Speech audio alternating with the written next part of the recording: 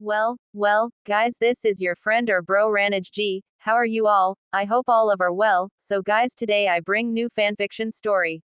What if Goku died in Naruto World?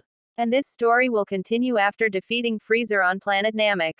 In story I will not put imaginary image, so guys you have to listen and create your imagination. Okay, never mind, let's start it. I never imagined my end would be this humiliating, Frieza said weakly as he was on the ground with his other half of his body and arm close by. After accidentally getting cut clean into two by his own death disc from behind, he became completely immobilized. He wasn't able to do anything to win the fight with the legendary Super Saiyan. Goku stared at Frieza and said, "Even though you may reap what you sow, this ain't like you, what a miserable end. Somehow or the other, I'm going back to Earth. Now share the same fate as planet Namek, which you yourself have destroyed," as he turned around and began to walk away from Frieza. Frieza couldn't believe what was happening right now. He was a tyrant, the ruler of the universe, yet, he wasn't able to defeat a mere Saiyan. His worst nightmare came true, a Super Saiyan. Goku had finally managed to achieve the legendary Super Saiyan transformation after killing Krillin and awakening the rage inside Goku.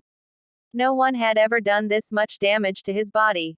He had never faced an opponent this strong aside from Beerus the Destroyer.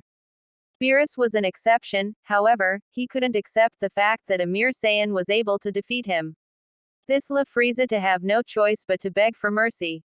"Help," he said weakly, coughing out blood in between as a pool of blood poured from his sliced body. Goku ignored Frieza and continued to walk away. Help," Frieza begged, raising his voice a little higher. This time, Goku stopped in his tracks and began to grit his teeth, as if he was hesitating and actually considering to save the monster who had killed so many innocent people. Please, save me," Frieza begged, his voice hoarse. Goku turned around and glared at Frieza. "You dare ask for anything for yourself? You have many people have you killed as they begged for their lives like that? Please, save me," Frieza pestered. Goku growled and pointed his palm towards Frieza, charging a ki blast and shot it towards the tyrant. Instead of killing him, the ki blast enveloped him and began to glow. Frieza suddenly felt a little surge of power running through his veins as he began to wonder what Goku had just done. The Super Saiyan brought his hand down and began to say, "I've shared some of my ki with you, knowing you should be able to get out of here with the ki I've given you, the rest is up to you." Frieza widened his eyes in shock, unable to believe that a monkey scum like Son Goku would be so kind to his opponent, kind enough to share his ki in order for them to escape. This did not open up Frieza's eyes, however, it only humiliated him further. As Goku continued to walk forward, Frieza pushed his body with great difficulty and levitated from the ground since he couldn't use his legs. He was glaring daggers at the Saiyan. "This is quite unexpected, that you would share your ki with me, you monkey scumbag." Goku stopped and glanced behind his shoulder before saying, "You can survive in the vacuum of space, right? So hurry up and leave this planet. Survive, and come to understand the blessing that is life." Frieza at first seethed with rage, but he quickly regained his composure and began to chuckle menacingly as he flew towards Goku and appeared in front of him. "No matter how you may struggle, you can't survive in the emptiness of space. All that awaits for you is death." As he circled around Goku before stopping behind him. "The planet will explode in any second now, you won't be able to reach your spaceship in time. Plus, even if you do find your spaceship, just remember that it was wrecked by Vegeta." Frieza mocked, laughing. "You Saiyans are really monkey scum after all. You won't be able to depart this planet. You will perish together with this planet while I survive. Isn't it ironic? You, the one who won the battle, will die, while I'll be spared. That's because you do such impudent things as sharing your ki with me." Goku's face still showed a look of seriousness. However, he did say, "I will live too," as he looked forward and continued, "You'll see." With that, Goku powered up his Super Saiyan aura and flew towards the sky in search of his spaceship, causing Frieza to rage some more. He began to remember all the times Goku had humiliated him. Flashback. "I'm stopping," Goku suddenly said. "What was that? What do you mean by, I'm stopping?" Frieza questioned. "There ain't any reason to kill you, you should go on living with the shock you have undergone here, in tranquility." Flashback end. Frieza also began to remember the first time when he met Goku. It all happened right before he was about to kill Vegeta. Flashback. So you're Frieza. You're much more of a runt than I'd imagined, Goku admitted. Frieza smirked and scoffed. So there are still more Saiyans remaining, huh? Goku Kaioken vs Frieza final form. 50% power, he says. Whether he's bluffing or not, all I can do is put everything I've got in this Kaioken 20x. Goku shouted, powering up soon after with a reddish aura around him. Kaioken 20x. He dashed forward at an incredible speed all of the sudden and appeared right in front of Frieza in an instant, shocking the tyrant. With no time to waste, Goku delivered a ferocious punch to Frieza's face, sending him flying away. Goku quickly cupped his palms and chanted, Ka, me, ha, me. Frieza managed to stop in midair and regain his balance. However, as soon as he set his focus back at Goku, ha! Goku yelled as he shot the Kamehameha wave forward towards the tyrant. Frieza managed to block the attack to some extent as he struggled to deflect it. However, the blast was very powerful and it took Frieza a while before he could finally deflect it with a ki blast of his own, causing a massive explosion. Kaboom! Goku stared at the cloud of dust in anticipation. As soon as it cleared, he saw Frieza in the air. Apparently, the attack wasn't enough to take him down. Frieza thought, that was a close one. How does that lower life form of a Saiyan have so much power? He stared at the palm he used to block the Kamehameha wave and saw lots of scratches and bruises. This is the first time someone has caused this much damage to my body, Frieza growled. You damn Saiyan, and charged towards Goku. That one hurt. Frieza also remembered when Goku had charged up his spirit bomb and had almost killed him. He was humiliated after receiving so much damage, so he had to kill Krillin in order to make Goku suffer. But that's when Goku transformed into the legendary Super Saiyan and beat Frieza to a pulp. Even at 100%, he was still no match for him. Flashback end. I am the greatest in the universe. I am Lord Frieza, ruler of the universe. Which is why, you must die at my hands. Frieza shouted and directed all of his ki into the palm of his hand before firing it at Goku. Goku said as he glanced behind his shoulder and saw Frieza's ki blast heading straight towards him. Scowling, the Forgotten Saiyan turned around and exclaimed, You stupid bastard. Goku shot an instant Kamehameha wave using only one hand and shot it towards Frieza's attack.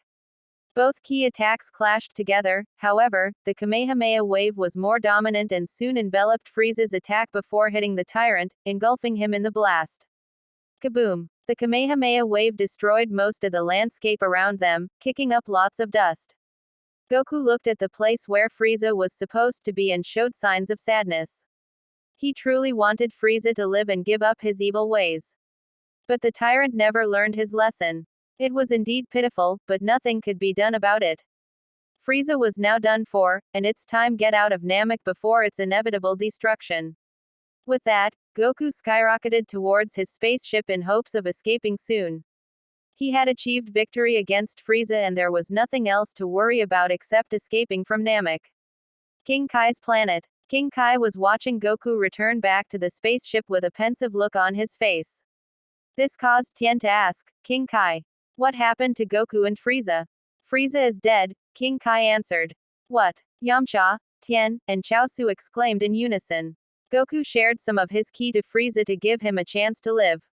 However, he took that as an opportunity to kill Goku with the remaining power he had, and Goku had no choice but to kill him in the end, the North Kai explained. Then Goku has won. Yamcha cheered. That's true, but King Kai's words trailed off. But what? Tien asked. Namek is about to explode in any moment now. King Kai explained. He doesn't have much time left before the planet's inevitable destruction. He's heading towards Frieza's spaceship, but it's broken. I don't think there's anything to worry about. Goku has overcome many obstacles in the past. He should be able to overcome this one too. After all, he is a Super Saiyan. Yamcha assured. I hope so. In any case, Goku, escape soon. King Kai hoped. Planet Namek. Goku was still on his way towards Frieza's spaceship at full speed ahead as he thought to himself, damn it. I don't have much time left. Suddenly, Frieza's spaceship came in sight. He quickly got in the spaceship and busted open the door of the control room. The control room was where commands for setting the coordinates was located. Or so he thought. Damn it. This isn't the control room. Goku cursed and continued to search frantically for the control room. It took about a minute to find the control room after searching from room to room. He blasted the entrance of the room and quickly sat on a chair next to the control panel. Goku activated the system and thought to himself, good, this spaceship is just like the one I had come in, but where's the startup switch? The Saiyan kept searching until his eyes locked onto a button that seemed to be larger in size compared to the other ones. This one. He pressed it and sure enough the spaceship began to start running. Or not, the spaceship suddenly failed the startup process. Goku kept on rapidly pressing the start button in hopes of starting the damn engine, but to no avail. Frustration began to grow inside him, which led him to repeatedly smash the control panel. Suddenly, the ground below the spaceship collapsed as it was not falling into lava. Goku knew he would die in the lava if he didn't escape this one. With no choice, he flew outside the spaceship as it fell into lava. Damn it, Goku said, gritting his teeth. Namek is about to explode, in approximately 10 seconds. Damn it to hell, Goku shouted. There were only about 5 seconds now before the destruction of Namek. He realized that he was really going to die after all. But that's when he saw a ray of hope. From the corner of his eye, he saw a metallic white pod falling into the lava. Wait a second, that spaceship probably belongs to one of Frieza's men, I could use that to escape. Goku quickly dashed towards the pod and grabbed it before it could fall into the lava. He quickly got inside it and closed the door of the pod and began to start the engine up. With just 3 seconds left, Goku wasn't sure if he would make it in time, let alone if the pod was in the right condition to work. Fortunately, the pod did work and it skyrocketed into space and escaped right before Namek exploded. Kaboom! In the space pod, Goku was typing the coordinates to Earth. However, it denied the command input for some reason and instead started to go in a different route. The Saiyan had no idea where it was going, but before he could think anything else, he turned back to normal and passed out of exhaustion as darkness enveloped him. Planet Element, a different Earth, Konoha. It's been 2.5 years since we left the village, right? Naruto asked. It sure has, Jiraiya answered. Both Naruto and Jiraiya had just returned back from vigorous training after 2.5 years. Naruto had blonde hair, large blue eyes, whiskers on his cheek, wore an orange and black jumpsuit as well as black sandals. He also had a ninja pouch on his waist and had grown taller since last time and wore a backpack. Next to him was Jiraiya, who appeared to be in his 50s with waist-length spiky white hair that was tied back in a ponytail, along with 2 shoulder-length bangs framing his face. He had red lines running from his eyes down the sides of his face till they hit the jawline, as well as a noticeable wart on the left side of his nose. He wore a green short shirt kimono and matching pants, under which he wore mesh armor that showed out the sleeves and legs of his outfit and had a large scroll on his back. He also wore hand guards, a black belt, wooden sandals, a red haori with 2 yellow circles on each side, and a horned forehead protector. Both Naruto and Jiraiya were master and student. Naruto dropped his backpack on the ground and accumulated chakra to his feet before running up a random pole nearby and stood on top of it to get a better view of Konoha. He took in the fresh air of the village he missed so much and said exuberantly, "This takes me back. The village hasn't even changed a bit." Jiraiya chuckled and thought, "Looks like he's having a ball." Naruto proclaimed, "Everyone, Naruto Uzumaki is back." He grinned. "This feels so nostalgic." Suddenly, he noticed there was something new on the Hokage face monuments. Ha! So they added Tsunade Baken's face as well, eh? Naruto grinned as he stared at Tsunade's new carved face on the Hokage monument. Suddenly, Naruto heard something heading towards him. Huh! He looked behind him and saw something falling from the sky. He shaded his eyes and squinted at the unknown object. What's that? All of a sudden, as if it had a mind of its own, the object stopped in midair and skyrocketed towards Konoha. What? Naruto stammered, shocked. The unknown object literally whizzed past Naruto as the Jinchuriki had to dodge the object in the nick of time. In the process he lost his balance in midair and fell face first on the ground. What's that? Jiraiya wondered as he stared after the object.